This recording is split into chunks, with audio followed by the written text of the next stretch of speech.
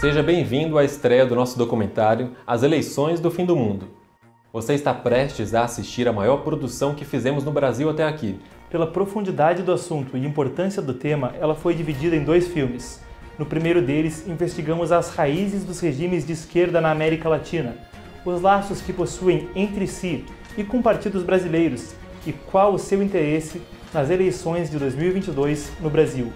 No segundo episódio, discutimos o interesse do Partido Comunista Chinês nessa disputa. Abordamos fatos com impacto direto para o futuro de nosso país e de nosso planeta, e a real importância do momento que o Brasil vive. Nós temos certeza de que essa série vai te permitir enxergar a realidade do país sob uma nova luz e tomar decisões informadas. Antes de embarcarmos nesta importante jornada, nós queremos pedir a sua ajuda para que possamos continuar entregando nosso material de forma gratuita.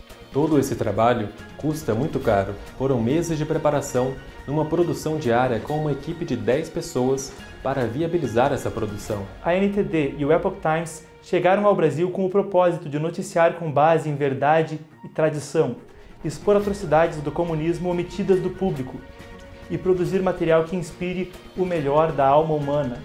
Temos recebido relatos de censura, cortes de alcance e outras restrições em nossos vídeos. Por isso, para entender como você pode fazer parte desta jornada e apoiar a produção e distribuição gratuita desse material para que alcance a maior quantidade de pessoas possível, aponte a câmera do seu celular para o código QR que está aqui na tela, ou clique no link que está na descrição do vídeo.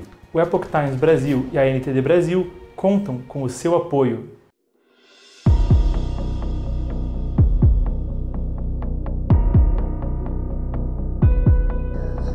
A América Latina pode, nesse momento, ser o grande farol para a nova esquerda que nós precisamos criar no mundo. Não queremos o Brasil dominado por outra potência. E temos outras poucas potências de olho no Brasil. Dilma Rousseff está em Cuba e hoje participou da inauguração de um porto financiado pelo Brasil. Durante a cerimônia, a presidente classificou como injusto o bloqueio comercial imposto ao país caribenho pelos Estados Unidos.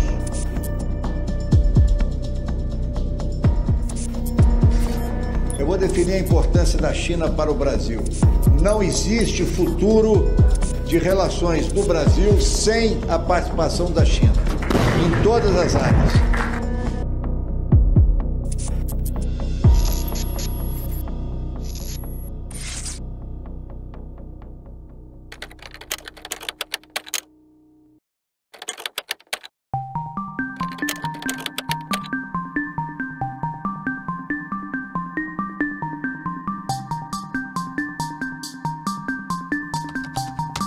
Antes das eleições de 2022 no Brasil, um fluxo de informação tomou o país. Denúncias contra candidatos à presidência, partidos e mais. Mas algo muitas vezes ignorado, com implicações históricas e internacionais, parecia merecer mais atenção. Notícias iam desde falas do presidente da República e de membros do Judiciário sobre interferência estrangeira. E temos outras poucas potências de olho no Brasil. Há riscos de ataques de diversas formas e origens. Há episódios onde partidos de oposição, políticos alinhados por todo o continente e regimes totalitários, China, Venezuela, Cuba e outros, se aproximavam. Artistas, veículos de imprensa e celebridades no exterior replicavam uma narrativa comum, e um corte de auxílio chegou a ser discutido no Congresso americano, a depender do que ocorresse no Brasil em outubro. As perguntas eram importantes demais para serem ignoradas. Um quebra-cabeça incompleto. Por que esses países? Esses partidos? Esses políticos? Que interesses estrangeiros existem nessa disputa? O Brasil pode perder sua liberdade? Virar uma ditadura? O que está realmente em jogo nas eleições de 2022? Como um jornalista cobrindo política e relações internacionais, eu quis encontrar a verdade desses fatos e o que ela significa. Porque se há uma chance de essa terra deixar de ser livre, Eu não estaria fazendo o meu trabalho se não buscasse dar ao brasileiro informações necessárias para entender e decidir o futuro de sua nação, de seus filhos e de si próprios. Primeiro de tudo, muito obrigado por conversar conosco. Como eu estava te falando nas mensagens, eu queria realmente perguntar sobre o assunto das eleições. Nós estamos cercados de bandeiras vermelhas. Now we have the communists who just won the election in Colombia, in Chile, in Peru, and virtually every country in Latin America is now going down the Sao Paulo Forum Road, the Workers' Party model. O Foro de São Paulo, repito, ele surgiu aí já há mais de 30 anos e ele é um dos maiores perigos para a liberdade na América Latina hoje. And we will see increased influence of Russia and China in every single country of the region, and we will see a concerted attack on the United States by the countries of Latin America to flood the border, to supply drugs. Isso acaba por transformar esses países em narco-estados. The main one, the most important one, is Brazil itself. É o tamanho do Brasil, a sua colocação geográfica, a sua potencialidade de riquezas naturais. And if Lula da Silva wins in October, we will have wall-to-wall communism from Terra del Fuego to the US border. The whole of Central Latin America and much of the Caribbean will be under communist control. A luta contra o cristianismo, totalmente, claro, eles não dizem isso. Só lá na Nicarágua estão dizendo direitinho, estão prendendo padres e bispos e fechando a igreja. A China é o garantidor financeiro e a Rússia é a garantia da pólvora. O Brasil hoje é o último bastião da América do Sul. Se cair o Brasil, é um perigo muito grave para todas as Américas. So this election in October is one of the most critical elections in world history. It's not just about Brazil. This is about the entire Latin America. This is about the entire Western Hemisphere. And if the Western Hemisphere falls, that's it. That's a communist world. So that's the short answer. Marcos, tá tudo pronto. O pessoal tá só te esperando. Tá, me dá 5 minutos, já vou. Essa é a versão final do roteiro mesmo? É essa aí. Beleza, pessoal, 5 minutos que o Marcos está chegando.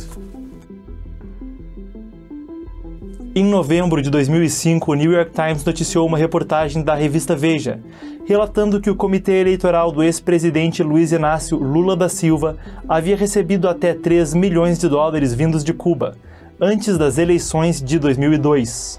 Em 2003, ao falar à Folha de São Paulo, um dos comandantes das Farc, Raul Reis, confessou proximidade com Lula e o PT e presença da organização, uma guerrilha narcotraficante no Brasil. Reis foi morto e teve seu laptop apreendido em 2008. E-mails encontrados nele e verificados por veículos diversos mostravam interferência da guerrilha comunista no governo brasileiro e vínculos com a ditadura na Venezuela. Em dezembro de 2016, a empreiteira Odebrecht se declarou culpada perante o Departamento de Justiça dos Estados Unidos. Eram 788 milhões em subornos em 3 continentes, no que a pasta chamou de o maior esquema de propina estrangeira da história. A empreiteira confessou pagar políticos e partidos para adquirir vantagens em licitações no Brasil e no exterior. Segundo a confissão da Odebrecht, depois do Brasil, a Venezuela era o país a mais receber subornos. No Peru, tramita um julgamento envolvendo possível financiamento ilegal de campanha para o esquerdista Ollanta Humala nas campanhas presidenciais de 2006 e 2011, vindo da Odebrecht e outra empreiteira do Brasil, a OAS, a mando do Partido dos Trabalhadores. Além disso, Hugo Chávez poderia ter contribuído. No Equador, um vice-presidente já foi condenado e cumpre pena, devido a subornos vindo da Odebrecht. O caso poderia também ter vínculo ao PT. Cortou. Valeu, pessoal. Obrigado, Marcos. Muito bom, hein? Era aparente uma articulação na América Latina, incluindo não só partidos e políticos, mas guerrilhas, movimentos sociais e outras entidades. Além de relatos de imprensa, os laços eram confessos por declarações dos próprios membros dessa articulação e por documentos publicamente disponíveis.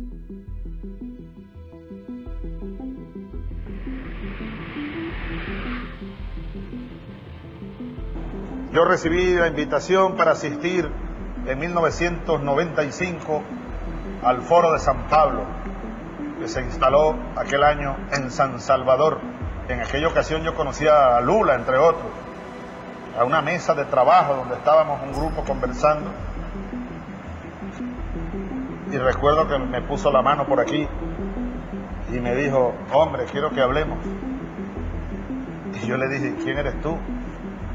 Raúl Reyes, uno de los comandantes de las Fuerzas Armadas Revolucionárias de Colômbia. Nos reunimos. Então, você já estuda América Latina há algum tempo. O que é esse Foro de São Paulo que o Chaves falou? Parece juntar guerrilhas, partidos políticos, uma organização que une vários grupos, e você até escreveu um livro sobre isso recentemente. O que é essa organização? O Foro de São Paulo, ele é uma grande teia com vários propósitos, mas com um fim único. To set up an organization in America, in the Americas, which would rebuild for communism in the Americas what had been lost in Eastern Europe.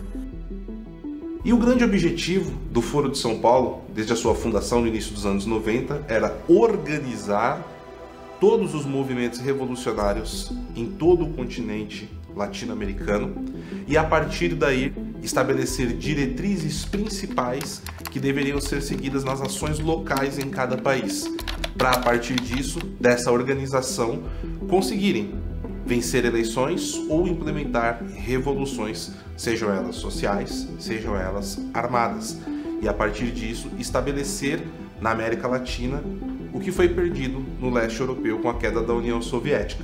O bloco soviético tinha perdido um pouco do fôlego de empurrar o comunismo para frente. Era preciso vir para o continente sul-americano como uma grande esperança. E a grande esperança é que nesse continente sul-americano, mais jovem, mais dinâmico, a esquerda ganhasse uma nova frente.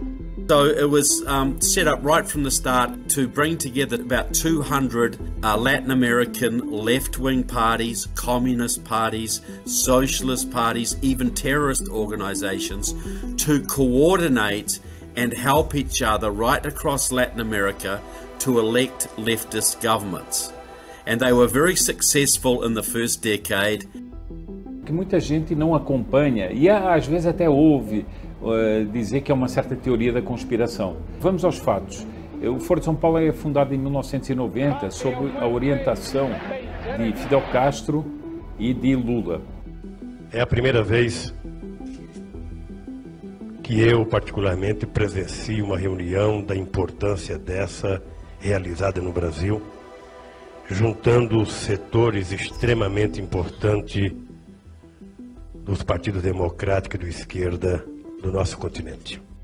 E esse objetivo, inicia-se, essa fundação, ela acontece com as ideias de Fidel Castro e a popularidade de Luiz Inácio Lula da Silva aqui no Brasil. E a primeira reunião foi na cidade de São Paulo, por isso o nome de Foro de São Paulo ou Fórum de São Paulo. E o Foro de São Paulo nasce em julho de 1990 na cidade de São Paulo. O PT estava completando 10 anos de existência e houve uma reunião de partidos de esquerda de toda a América Latina para a criação desse Foro de São Paulo, com metas políticas ambiciosas de controle dos países da América Latina, para depois formar o que seria chamado a Pátria Grande, ou uma espécie de União Soviética Latino-Americana. Vou levar aqui pro povo aqui, ó. Aí, ó.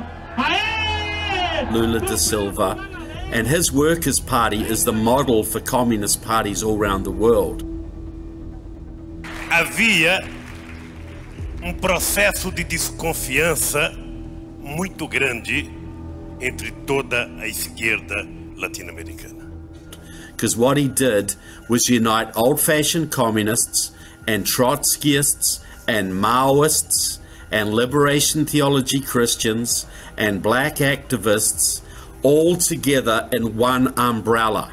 Nós não tínhamos ainda aprendido uma lição básica que poderia permitir que a esquerda chegasse ao poder.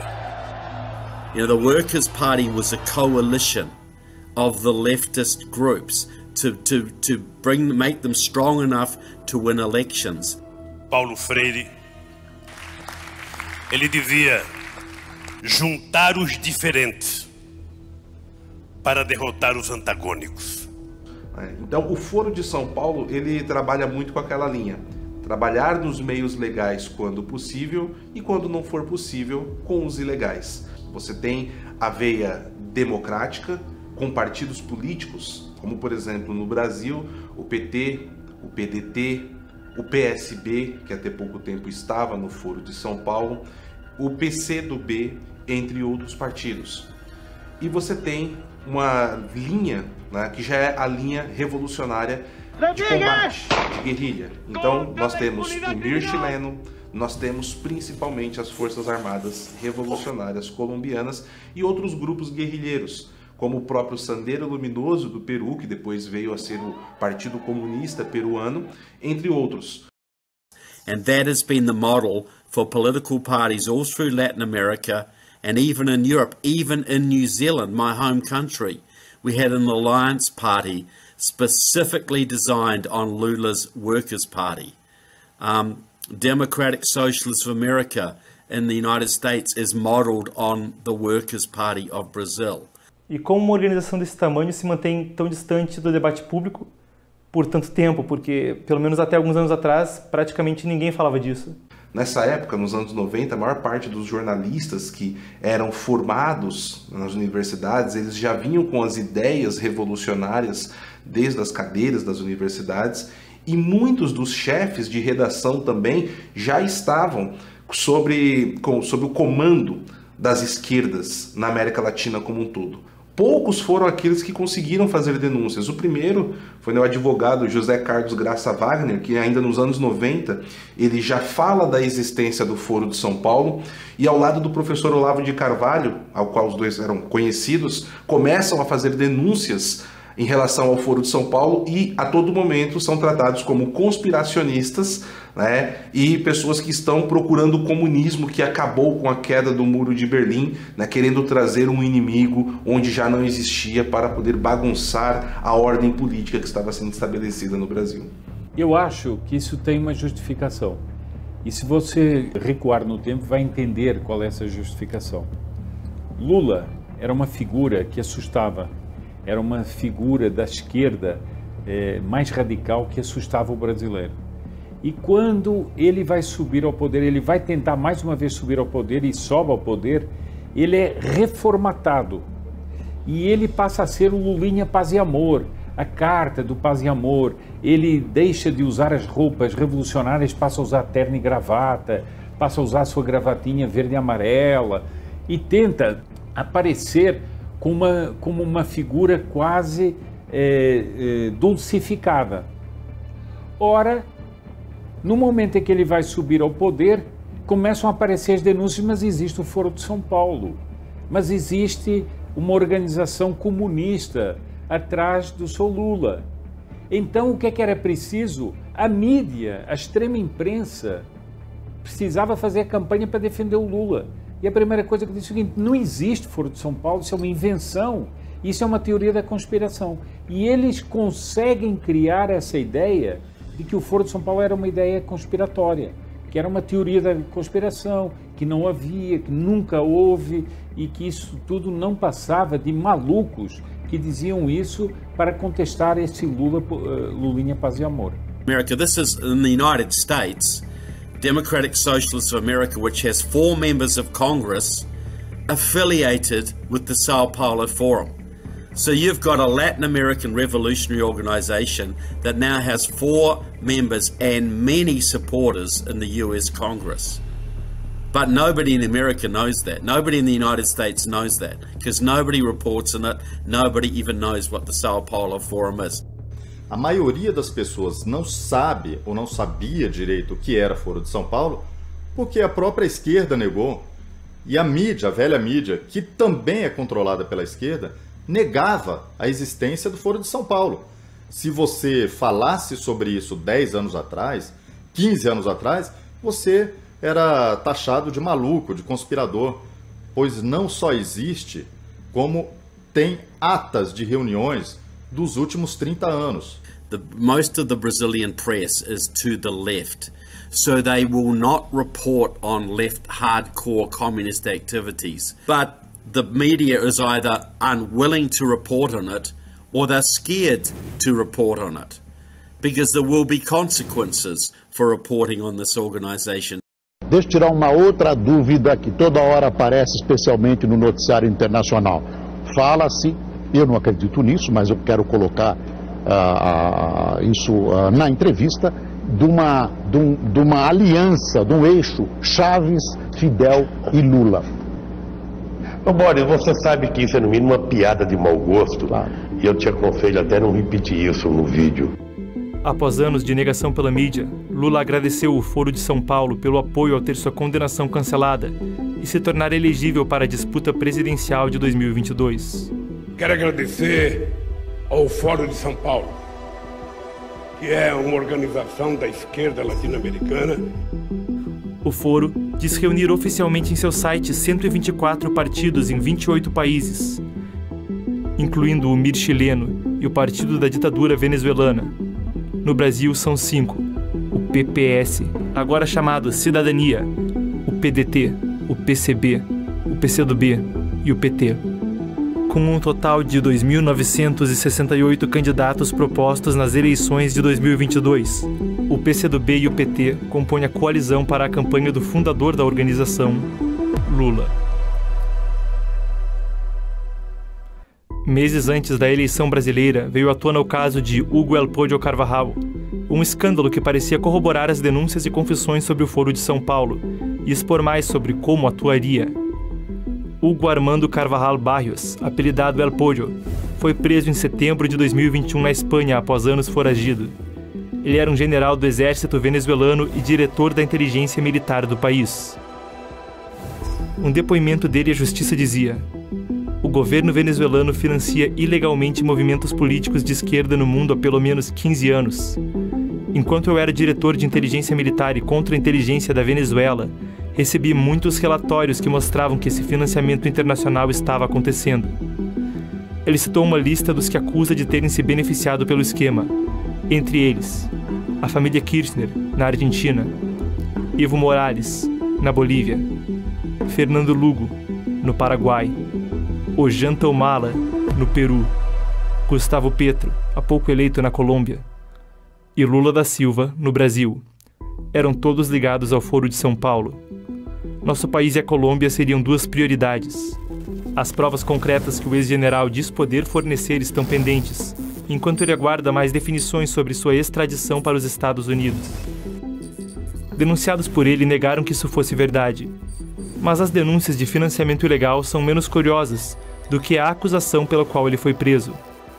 El Podio foi apontado pela Justiça dos Estados Unidos como parte do Cartel de los Soles, ou Cartel dos Sóis em português, dita uma facção criminosa dentro das Forças Armadas e outros órgãos de Estado da Venezuela. O próprio presidente venezuelano, Nicolás Maduro, também está incluído nessa alegação. O ex-general havia sido indiciado por participar no que a justiça chamou de uma conspiração narcoterrorista para, como se lê nos próprios documentos da corte, inundar os Estados Unidos com cocaína junto às Farc. Um dos fatores em todo o caso e nas denúncias que El Podio fez, depois de preso, era a presença não só de agentes ligados ao Foro de São Paulo, mas principalmente, ele citou um de seus membros fundadores, a ditadura comunista de Cuba. So, one of the things you were discussing was the relationship between the Cuban regime and drug cartels in Venezuela and beyond. The Cuban government has long historic ties with the international drug cartels, with the Medellin cartel, for example. Fidel Castro played as a mediator between drug cartels in Colombia and Manuel Noriega. When Manuel Noriega ran into some difficulties with the drug cartels, the padrino who was able to bring peace between both sides was Fidel Castro. And that relationship with drug trafficking continued. Cuba was instrumental in the creation of the Solis cartel in Venezuela. And Solis is because of the sun on the uniform of the Venezuelan generals.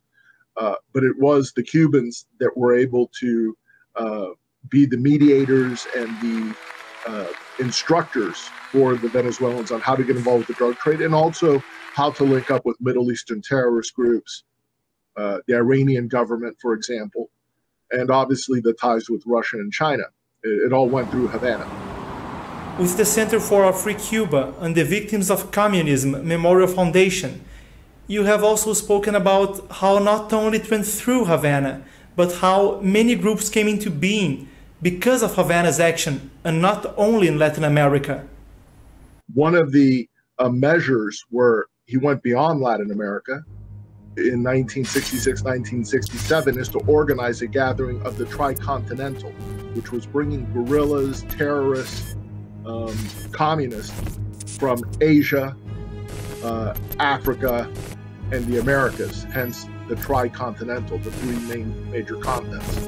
And out of that meeting began decades of identifying and forming guerrilla groups, terrorist groups, training them, providing logistics, and really exploding international terrorism onto the scene, especially in the 1970s. That is the legacy of the Tricontinental. Você diria que é possível afirmar que o Foro de São Paulo ele é um herdeiro da Conferência Tricontinental? Vários grupos que surgem a partir da Tricontinental, na época dessa organização, acabaram depois por compor o Foro, né? Sim, vamos dizer que foi um avô. Foi um avô do Foro de São Paulo. Mas quem comandou tudo foi Fidel Castro. Compareceram, foram 500 delegados de 82 países. A Conferência Tricontinental reuniu centenas de enviados. Na época do encontro, a ditadura comunista cubana ampliava sua atuação no continente. Em anos próximos, surgiam diversas guerrilhas terroristas na Colômbia, no Peru e outros países. FARC, EPL, ELN, Sendero Luminoso. No Brasil, houve o MR8 e a Ação Libertadora Nacional, a ALN, de Marighella. O Foro de São Paulo era um herdeiro da Conferência Tricontinental. Muitas das organizações ligadas ao Foro só foram viáveis através do apoio financeiro de Cuba ao crime internacional, que aconteceu inclusive no Brasil durante décadas. Aquela ditadura comunista que perseguiu minorias, incluindo cristãos e homossexuais, e assassinou até mais de 100 mil pessoas, a depender da estimativa, também foi citada em um encontro do Foro como um importante auxílio para o grupo. E de coração, eu quero dizer para vocês que uma das forças políticas que mais contribuiu para que nós chegássemos a construir o que nós construímos foram os companheiros do Partido Comunista Cubano, que sempre tiveram paciência e experiência de nos ajudar. A acusação da justiça americana no caso de El Pollo Carvajal revelava mais. Essa operação narcotraficante não ocorreria necessariamente por dinheiro, mas para, nas palavras da justiça americana, infligir os efeitos danosos e viciantes da droga em usuários no país. Está escrito nos documentos. Enquanto a maioria das organizações narcotraficantes na América do Sul e na América Central tentaram diminuir seu papel na importação de narcóticos para os Estados Unidos, tentando evitar indiciamento no país, o Cartel dos Sóis priorizou usar a cocaína como uma arma contra a América, importando tanto quanto fosse possível. Then go back in time. Again, Red Cocaine by Joseph Douglas, it describes the process through which Mao Zedong waged a new opium war on the United States, modeled after the opium war the British used against China during, their war. Right? And it's the idea that you can get a country addicted to something. You create a product that you cannot really do away with, and that product creates networks of corruption. Meu colega na edição americana do Epoch Times, Joshua Phillip, me indicou algo. Red Cocaine é um livro de 1990 baseado principalmente nas delações de Jan Sejna, com quem o autor, o Dr. Joseph Douglas, conviveu por anos em meio à elite da defesa americana. Sejna foi major-general na Tchecoslováquia comunista durante a Guerra Fria e o segundo oficial de mais alta patente a desertar do bloco comunista para os Estados Unidos. Ele se tornou uma fonte-chave para a inteligência americana e já depôs como monitoramento de detectores de mentira, sem qualquer indício de faltar com a verdade. Segundo Sejna, nos anos 50, a União Soviética adotou a estratégia de utilizar o narcotráfico e redes de crime e corrupção contra países inimigos, uma estratégia que o ditador Mao Tse-tung também havia usado na China. Mao Tse-tung, porque ele dizia o seguinte: eles nos dominaram com ópio, nós vamos usar o ópio para dominá-los de volta. O que não deixava de ter uma certa razão, porque o que a Inglaterra fez com eles com a guerra do ópio. O Foro de São Paulo e agentes políticos brasileiros também poderiam estar ligados à estratégia historicamente. The revolutionary value of drugs is twofold. One, you wither away, for communists, right? One, you degrade the morality of a society. Two, you create people who are willing to break the laws of that society.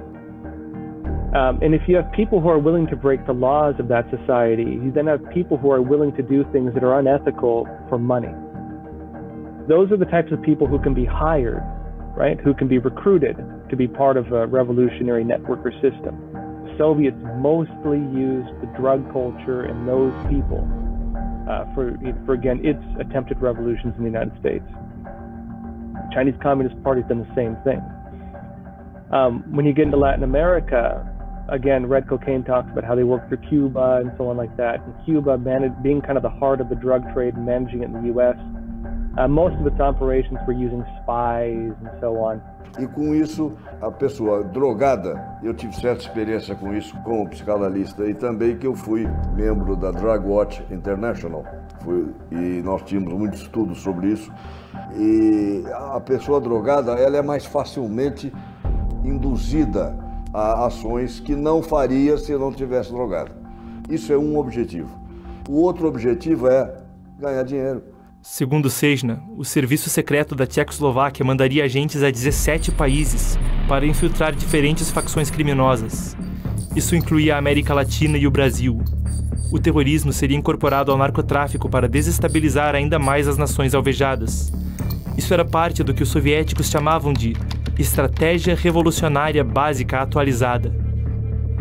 Cuba entrou na operação do Bloco Soviético em 1960, um ano após a Revolução Comunista de Fidel Castro.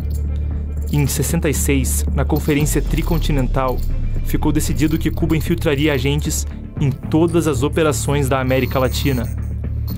A estratégia da União Soviética, vinda da China e executada principalmente via Cuba na região, era dividida em 5 etapas. Primeiro, selecionar e formar líderes revolucionários, como quadros de inteligência civil e militar. A segunda etapa da estratégia era treinar terroristas. Isso ocorria sob um rótulo disfarçado, utilizando uma suposta luta por libertação de poderes coloniais como pretexto.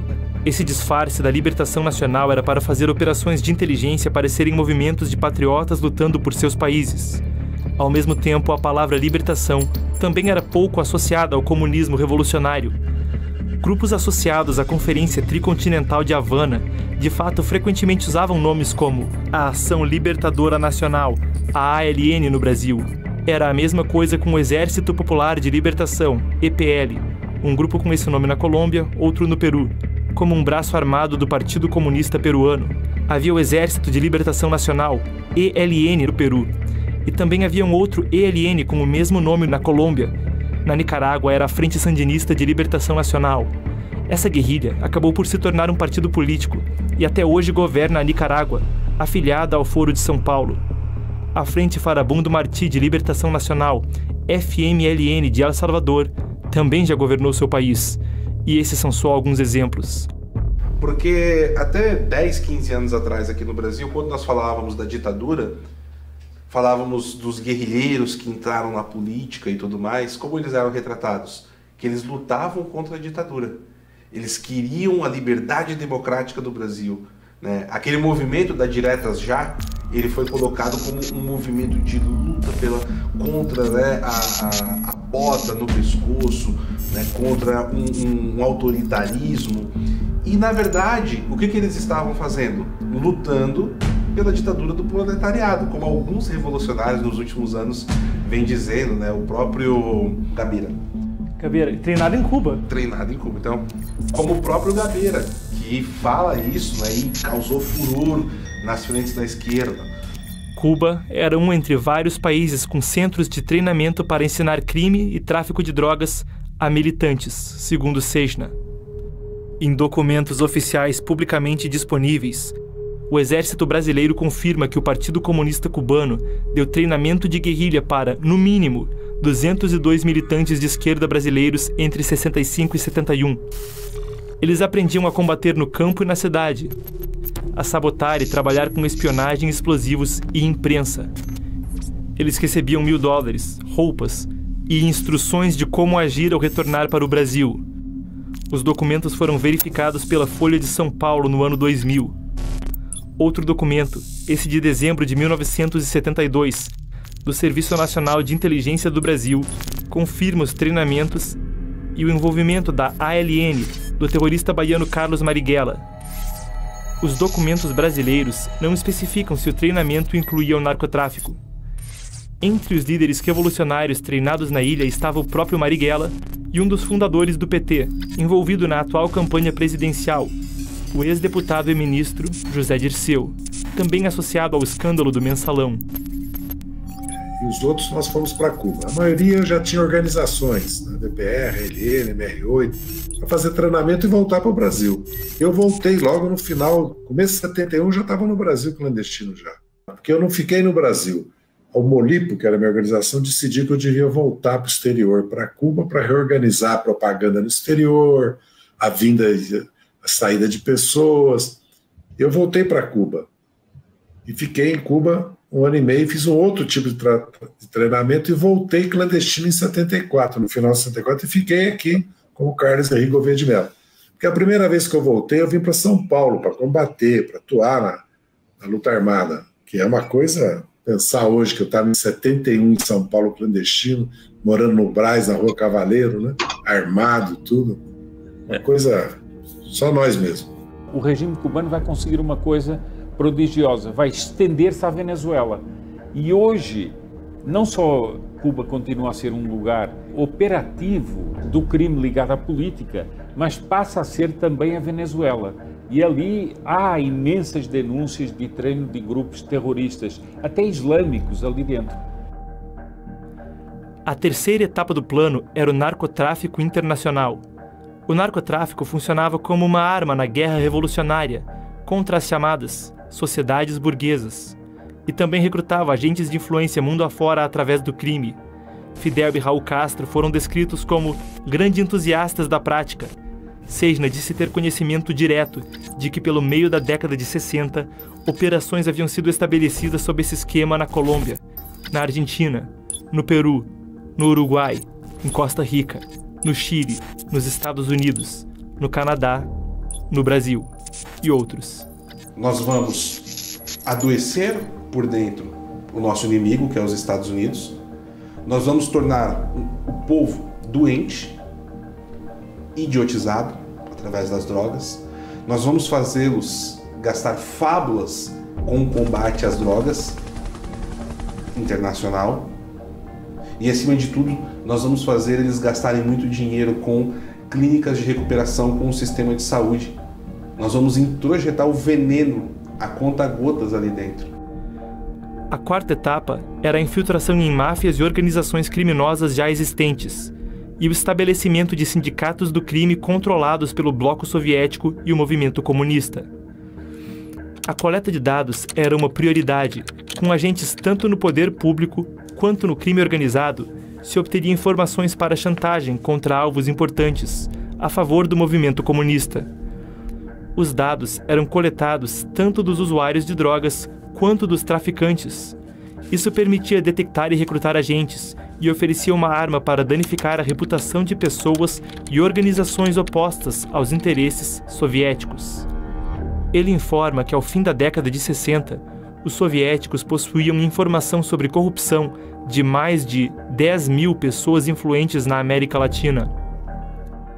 O Sejna, quando ele escreve tudo isso, ele já desertou e ele está relatando coisas que ele sabe que aconteceram. E ele fala que, quando ele desertou, acredito que foi 68 ou 72, quando ele desertou para os Estados Unidos, ele fala que naquela época já eram mais de 10 mil contatos que eles tinham na América Latina a partir desse esquema. Então, é razoável a gente pensar que esses contatos hoje ficam com Havana, com o Foro de São Paulo? Certamente, certamente. certamente. Fico. Devem estar com eles. É por isso que muitas coisas estranhas acontecem. Isso se soma a todo o aparato de espionagem do movimento comunista. O ex-arquivista do Serviço Secreto Soviético, Vassili Mitrokhin, que foi da Rússia para a Inglaterra em 1992. Ele copiou e guardou documentos do Serviço Secreto. Os documentos mostram que a ex-presidente e ex-vice-presidente da Argentina, Isabelita Perón, era um contato soviético, seu ministro da Economia também. No Brasil, pelo menos um diplomata do Itamaraty era um agente. Os documentos russos classificaram o Brasil como um dos 5 alvos prioritários para operações na América Latina após 1974. A quinta e última etapa do plano soviético, executado via Cuba como delatado por Jan Sejna, era planejar e preparar sabotagem em escala mundial. O plano previa que isso ocorreria no prazo máximo de 1972, apenas 18 anos após começarem a planejar. A operação foi declarada muito exitosa e de baixo custo. Em 1987, 3 anos antes da formação do Foro de São Paulo, um desertor do governo da Nicarágua, país governado por membros do Foro, disse que aquele regime ainda usava drogas contra os Estados Unidos. Nas suas palavras, é uma forma de guerrear e também traz lucro. 2 desertores militares cubanos, o Major Florentino Aspillaga e o Major Antônio Rodrigues, confirmaram que isso ainda estava ocorrendo até pelo menos o final da década de 80, quando desertaram. Em 89, traficantes colombianos confessaram culpa, com evidências em vídeo, de como a ditadura cubana auxiliava o narcotráfico. Eles afirmaram que uma taxa iria para Fidel Castro, que logo em seguida fundou o Foro junto a Lula. Se o que Sejna diz é verdade, e tudo indica que é, até hoje, milhares de pessoas e famílias tiveram suas vidas destruídas por drogas e crimes violentos ligados a grupos terroristas, sem sequer saber que, na verdade, esse era o objetivo, parte dos métodos revolucionários da extrema esquerda na América Latina e do movimento comunista internacional. Sejna diz que a estratégia começou a operar efetivamente em 1960. As Farc passaram a atuar formalmente em 64, garantindo santuários para atividades ilícitas e inserindo a Colômbia na indústria de drogas em escalas industriais. O tráfico de cocaína explodiu com o enorme consumo no Rio e em São Paulo dos anos 60, consolidando o trânsito da droga no Brasil para países desenvolvidos. Em uma década, após o início alegado do plano soviético, um negócio dito de fundo de quintal, que era o da cocaína na América Latina, se tornou uma indústria multinacional altamente organizada. Nos anos 80, cartéis controlavam redes de processamento, laboratórios, aeronaves, pontos de transbordo e armazéns. A taxa de homicídios de São Paulo, segundo um dos principais jornais do Brasil, se manteve constante em cerca de 5 para cada 100 mil habitantes por 4 décadas, mesmo com o aumento da população. Em 1968, o número era mais que o dobro, chegando ao patamar que a OMS considera epidemia de homicídio. Em 1984, a taxa era 8 vezes maior. Entre 65 e 68, assaltos a banco aumentaram 37 vezes. Roubos subiram 166%. A maconha no Brasil raramente era vista em muitos círculos sociais em 1950, mas entre 69 e 71 disparou, citada como rotineira na alta sociedade carioca, junto de glamorização e influência cultural dos narcóticos, através de intelectuais e artistas.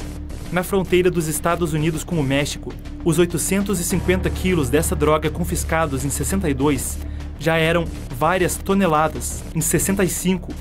A baixa histórica de violência de 3 décadas dos Estados Unidos se reverteu. Entre 60 e 80, a taxa de homicídios mais que dobrou e quase todas as categorias de crimes violentos cresceram: estupro, assalto, latrocínio. Desde a época em que Sejna alega o início desse plano, nações inteiras parecem ter se tornado reféns de redes de corrupção sistemáticas, não muito diferentes das concebidas na estratégia comunista, e em uma inferência possível a respeito. Logo antes das eleições, a revista Veja e outros veículos trouxeram à tona relatos de fontes primárias, ainda pendentes de provas, de de que haveria laços entre crime organizado e políticos brasileiros. Quando nós falamos desses grandes grupos criminosos, nós falamos da sua aliança com partidos. Há certos partidos que têm alianças com certos grupos criminosos. Isso, para muita gente, parece um escândalo, mas isso é uma meta. Essa é a própria essência da esquerda. It's a perfect tool for revolution, because revolution is about destroying the existing social order so that a new one may be imposed. So it's no surprise the communists would be heavily involved in the drug trade. It's basically at the top levels, if your government is heavily corrupted and dependent on narco money, they're not going to be fighting communism. You know, they're getting their drugs from the communists. They are going to roll over to the communists. They're going to make as much money as they can, then hopefully get out of the country before the revolution. That's what they'll try and do. So it corrupts business, politicians, media figures, and those who are not corrupted are too scared to stand against it. So there's no opposition. Nobody's going to stand against these people because they'll kill you or they'll kill your family. So these whole countries are taken over, and they are basically now tools of the communists. You know, Mexico is now basically a tool of the communist movement, which is why it's allowing hundreds of thousands of illegal immigrants to go through its country every day to flood the American border, because they take drugs, they bring in terrorists, and it's part of the revolution to destabilize America. Entrevistados me apresentaram ao conceito de convergência e economia ilícita, ao falar mais sobre o uso de drogas para fins revolucionários. Uma vez que esse aparato esteja em funcionamento, organizações que podem não ter propósitos revolucionários se articulam em atividades econômicas que borram a fronteira entre o legal e o ilegal, incluindo formas de mineração, plantação de tabaco e mais. Algo relacionado que vinha à mente como outro fator onde haveria possibilidade de interesse estrangeiro era o programa Mais Médicos. A iniciativa começou em 2013, no governo de Dilma Rousseff, intermediada pela OPAS, a Organização Pan-Americana de Saúde, que é um braço da OMS. Ela visava preencher mais de 18 mil vagas de trabalho na saúde. Cerca de metade foram preenchidas por profissionais cubanos. Até o fim do ano, o Brasil vai receber 4 mil médicos cubanos. Na tarde desta quinta-feira, profissionais cubanos do programa Mais Médicos chegaram à base aérea do Aeroporto Internacional de Brasília. Na cidade dele, dos 7 profissionais do programa, 5 são cubanos. Havana exigia que os profissionais cedidos fossem avaliados apenas em Cuba. Ao Brasil, caberia só familiarizar os médicos ao idioma, a práticas processuais, administrativas e à legislação. O Ministério vai repassar à OPAS o valor previsto no edital, de R$10 mil para cada profissional. O recrutamento e os salários não eram acertados entre o Brasil e Cuba, mas entre o governo de Cuba e os médicos, com intermediação da OPAS. O resultado foi que o regime cubano acabava por reter a maior parte da remuneração. Hoje, dos R$ 11.500 pagos mensalmente, só de 25% a 30% ficam com o médico. Hoje os profissionais ficam com apenas 30%. A OPAS foi intermediária financeira entre o governo federal e a ditadura cubana, usando sua própria conta bancária nos Estados Unidos para converter reais brasileiros em dólares e depois transferir uma quantia significativa de dinheiro para Cuba. Das centenas de milhões de dólares oriundos do programa Mais Médicos, 85% desse montante era enviado para a ditadura, enquanto os médicos recebiam apenas 10% do salário e a OPAS 5%. Em junho de 2021, uma onda de protestos contra o regime cubano irrompeu na ilha. Na época, eu entrevistei o diplomata Everett Ellis Briggs. Nascido em Havana, ele se tornou um alto oficial de segurança dos Estados Unidos e foi embaixador em diversos países. The largest source of income for Cuba in the last few years has been the slave trade in medical personnel, where the Cuban government assigns medical personnel abroad. Foreign governments pay them, but they pay the Cuban government, and the medical personnel get a pittance.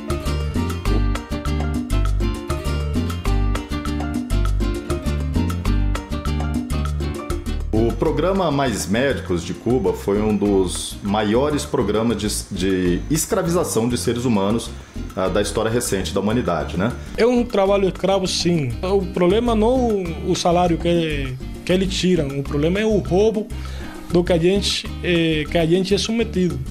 A mentira que a gente é submetido pelo governo cubano. A possibilidade disso retornar com o apoio de uma entidade internacional, para a gente fica muito claro os interesses que operam essas entidades internacionais. Ele afirma que foi obrigado pelo governo de Cuba a trabalhar por 3 anos na Venezuela e mais 3 anos no Brasil, repassando sempre a maior parte do salário para os governantes da ilha. Eles vinham para o Brasil para receber um salário. O que estava no contrato era uma coisa, o que eles recebiam era outra coisa bem diferente. Eles recebiam no máximo 20% do valor do contrato. Mas espera aí, o Brasil estava dando cano? Não. 80% do contrato, que deveria ser o salário do médico, ia diretamente parar no governo cubano. A ditadura cubana ficava com a maior parte. Alioski relata que quando questionou o sistema de trabalho e pagamento, autoridades do país ameaçaram caçar seu registro médico e fazer dele um cortador de cana em Cuba. Ele foi obrigado a sair do programa e pedir asilo ao governo brasileiro para não ter que voltar ao seu país de origem. Por isso que nós dizemos que os médicos e suas famílias eram reféns. Isso acontece também com atletas cubanos que vão treinar no exterior.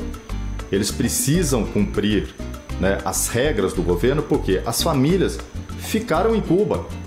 O médico não vinha para o Brasil com a sua família, era proibido. As famílias sempre, filhos, mulheres, mães, pais, os parentes de primeiro grau, ficam em Cuba como uma garantia de que, o profissional vai cumprir com tudo que lhe foi mandado, 2, que ele vai voltar para o país. O médico está separado da mulher e das 2 filhas há 8 anos. Cuba é uma ilha de zumbis, como falam aqui. O pessoal está livre, está respirando, está vivo, mas está morto, não tem sono. The civil rights organization Cuban Doctors Human Rights Team filed a federal lawsuit Friday morning seeking damages on behalf of Cuban doctors who say they were forced to provide health care in Brazil. Ele já começou a atrasar a votação do PT. Então você vê que o PT por nós tinha diálogo. O PT tinha um diálogo por nós cabuloso, mano. Odebrecht esparramou tanto dinheiro que até as Forças Armadas Revolucionárias da Colômbia foram aquinhoadas. Reportagem da revista Veja revela que a empreiteira começou a pagar uma mesada mensal às Farc nos anos 90. Lula falou sobre o encontro que teve com o ex-presidente Fidel Castro. De velhos amigos, de velhos companheiros. É com muita alegria que dirijo essa mensagem fraterna aos participantes da 22ª reunião do Fórum de São Paulo.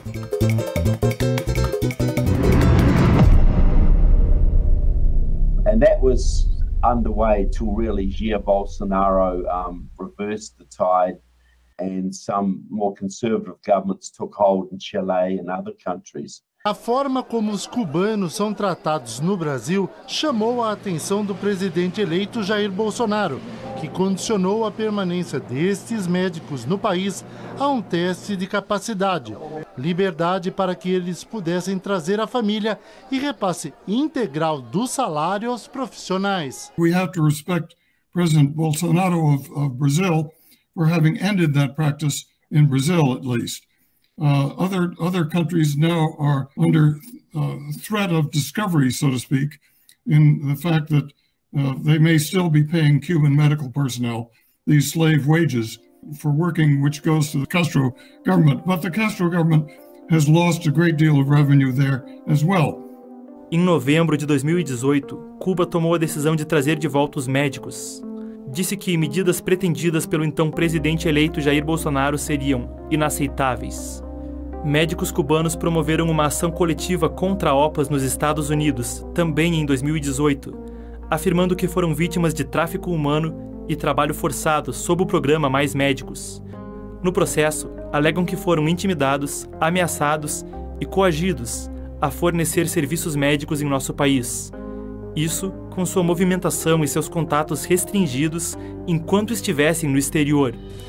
Em 2019, oficiais do Departamento de Estado americano disseram que as missões médicas de Cuba estavam traficando profissionais médicos. À época, eram mais de 50 mil, em mais de 60 países. Estimativas apontam que o total cedido ao Partido Comunista Cubano pelo Brasil, enquanto o programa vigorou, poderia chegar aos bilhões de dólares. Uma prévia do plano de governo de Lula para 2023 a 2026 pretendia retomar programas como o Mais Médicos. O fim de uma fonte de renda para o Partido Comunista Cubano vindo do Brasil via trabalho denunciado como escravo. E o governo de Cuba vai deixar de fazer parte do programa Mais Médicos. Segundo o Ministério da Saúde cubano, exigências feitas pelo presidente eleito Jair Bolsonaro são inaceitáveis e violam acordos anteriores. Junto disso, a queda em massa na criminalidade e a intervenção na cadeia de produção e distribuição de narcóticos. Um setor com indícios históricos de ligação ao Foro de São Paulo. Agora que eles começaram o mandato, já mexendo diretamente com a cúpula, irmão. 50 toneladas de cocaína, R$1 bilhão em dinheiro e em bens. Esse é o resultado da maior operação da história da Polícia Federal no combate ao tráfico de drogas. Em 2021, houve recorde na apreensão de cocaína pelo país, além de um número elevado de crack e maconha. O Brasil registrou a menor taxa de homicídios em 10 anos. E ainda a inibição da plausível economia ilícita, denunciada por Joseph Miri, e de corrupção. E não só no Brasil. Essas foram possibilidades vislumbradas por todo o continente, com membros do foro perdendo o poder no Chile, na Bolívia, no Equador, na Argentina e mais, entre os anos de 2015 e 2021, parecia haver uma tendência. Não parece mais. Hoje tem governos ligados ao Foro de São Paulo que estão retomando todo o poder.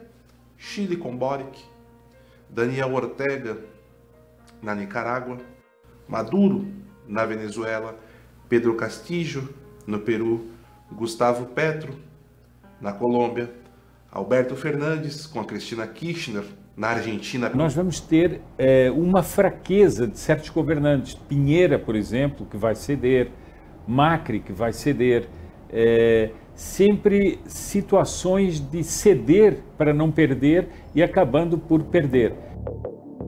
So Lula and the Sao Paulo Forum were smart. You know, we will soften the image. We will not emphasize communism. We'll emphasize social democracy. But we will unite every party of the left we can, from hardcore communist to social democrat. We'll run on a moderate social democratic program, but we will bring our people into power. We will get money from the state. We will indoctrinate our children. We will control our media. And we'll make slow constitutional changes to basically make it harder and harder for conservatives to win, and to embed our power in the main cities across Latin America, and also into the agricultural areas through the landless peasant movements and that kind of thing. So it's been a very slow process, and it's never been under the communist flag per se. It's always been under the social democratic flag, the non-ideological left. We're opposed to the conservatives. We don't like those authoritarian rightists. We're moderate. We just want to change our country to the better, and we'll work with the unions, we'll work with elements of the churches, and we will just gradually have progress in our countries. But it's always been a guise. It's always been really under the communist banner. You know, the Sao Paulo Forum doesn't have a hammer and sickle in its symbol. You know, it doesn't fly the communist flag overtly, but it was put together by Fidel Castro and Lula da Silva, and it has communist parties in its ranks, but that's never emphasized. It's just the social change, the equity, the fairness that is emphasized. Communism is being sold under a socialist or a social democratic banner, and the goal is to win political power, then use the money of the state and the constitutional constitutional powers of the state to make things harder and harder for your enemy and easier for you, to the point that they have enough power they can openly declare themselves communists. By that time, it's too late. And that's the game for Brazil, that's the game for Chile. Most people in Chile still do not understand they've elected a communist government there, even though there are communist ministers. You know, even though I can look at it and very clearly see a communist government. You could look at it and see a communist government, but the average Chilean, they have no idea because the media will not tell them. Le puedo decir desde Venezuela, estamos cumpliendo el plan, Foro de Sao Paulo. El plan va como lo hicimos. Voten por Gabriel Boric. Va perfecto el plan. Si es, Chile tiene nuevo presidente electo, es Gabriel Boric. Ustedes me entienden, Foro de Sao Paulo, el plan va en pleno desarrollo. No companheiro Gustavo Petros. Victorioso. Para presidente da Colômbia. Todas las metas que nos hemos propuesto en el Foro de Sao Paulo las estamos cumpliendo una por una. La izquierda gana por primera vez la presidencia de Colombia. Gustavo Petro venció. Es la unión de los movimientos sociales, progresistas, revolucionarios, nacional populares, de toda América Latina, el Caribe y más allá del mundo. Pedro Castilho, de 51 anos, foi confirmado vencedor. Foro de Sao Paulo ha salido revitalizado, reimpulsado. Y así debemos seguir articulando los partidos políticos progresistas, revolucionarios, de izquierda, avanzados de toda América Latina, del Caribe y del mundo, con los movimientos sociales. Esa fue la estrategia que trazamos. Y vamos bien. Vamos mejor de lo que pensábamos. Mucho mejor de lo que pensábamos. É importante a gente entender o papel do Brasil no Foro de São Paulo. É o garantidor financeiro. O Brasil, ele é o hospedeiro. O papel do Brasil é ser o hospedeiro do parasita revolucionário. O Brasil é o fiador. Nesse momento, se o Brasil caísse nas mãos do Foro de São Paulo, seria por demais importante para eles. Por quê? Porque por causa da localização geográfica do Brasil, do tamanho do Brasil. Não se esqueça do seguinte, o Brasil hoje é usado como rota de transporte de drogas para outros pontos, para a Europa, para os Estados Unidos. O combate a essas rotas cessaria. Nós teríamos o que está acontecendo agora na Colômbia, que é abrir e acabar com a repressão ao narcotráfico. Então o Brasil pareceria ser um paraíso para o escoamento da droga. Seria um reforço a todas as organizações criminosas que operam aqui dentro, inclusive com conluios com organizações terroristas como o Hezbollah e outros. Veja que só isso já seria uma coisa muito importante. Nós teríamos um outro ponto que é usar o Brasil com todas as suas riquezas para financiar esses países e financiar todo o Foro de São Paulo. Mas não para por aí. Nós teríamos uma internacionalização da Amazônia com ONGs de esquerda controlando. E eu só estou dando alguns exemplos das consequências que nós teríamos. E nós teríamos outra consequência, que é o poder político do Brasil, que é um poder político grande, inclusive internacionalmente, que passaria a estar empurrado para a esquerda e para favorecer o Foro de São Paulo. Muitos dos possíveis indícios, confissões, denúncias e evidências relacionados ao foro não foram apreciados pela Justiça do Brasil e de diferentes países. E até a hora em que terminei de escrever o roteiro desse documentário, os tribunais brasileiros não consideravam que havia provas concretas de relações potencialmente criminosas que pontuei aqui, apesar de haver condenações e indiciamentos no exterior que corroboram algumas inferências. Se comprovadas, algumas alegações poderiam mesmo encerrar partidos políticos no Brasil. A legislação brasileira proíbe que partidos recebam fundos estrangeiros ou ordens de entidades de fora do país. Com base na informação disponível, reconheci o Foro de São Paulo como uma possibilidade real de influência, interferência ou ação estrangeira no Brasil por meios questionáveis. Cortou. Valeu, pessoal. Obrigado, Marcos. Muito bom, cara. Aprendi muita coisa. Parece muita informação, mas não deu nem ainda para falar de China. Mas vai ficar pro segundo filme.